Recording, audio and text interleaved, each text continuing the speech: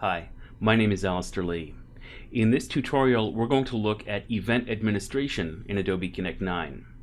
Event administrators are a new role inside of Adobe Connect 9. To take a look at some of the features that an event administrator has, I've got an Adobe Connect Central homepage open here. I'm going to click on Event Management and then Event Administration. There are two event roles in Adobe Connect 9. There's an event manager who can create and manage events. And those roles are what you purchase. And then there's the event administrator. And you can assign any number of people to be event administrators inside of your organization.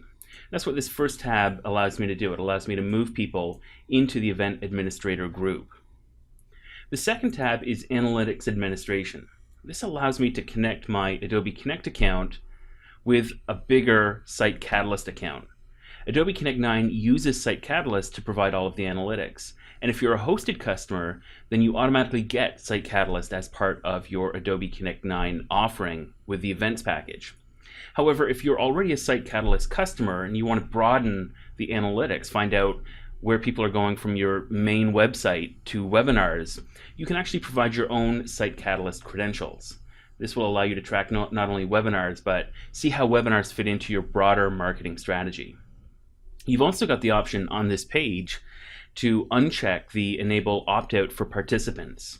Part of the new Adobe Connect 9 features are the ability to measure engagement inside of your meetings. And participants are asked to opt into that engagement. If you want to remove that message where they're able to opt out, then you can do so on this tab. The third tab is something that allows you to manage your event tags. This is very important because it allows your customers to take a full event catalog filled with 20 or 30 events and filter them based on the different tags that you've got.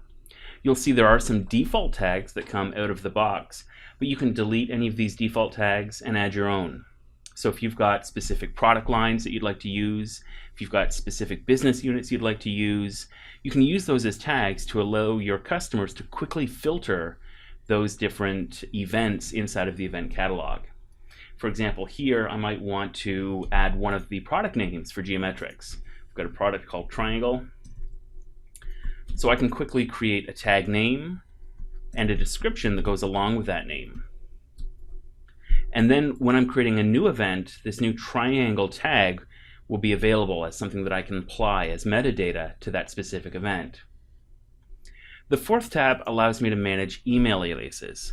This comes in handy because there are a lot of emails that might get sent out for a specific event. Typically those emails have the event creator's name on. But if you don't want to include your personal email address, you can use this Manage Email Aliases section to set up different aliases. This way I can send an email from the Geometrix administrator and have it automatically forward to my personal email address.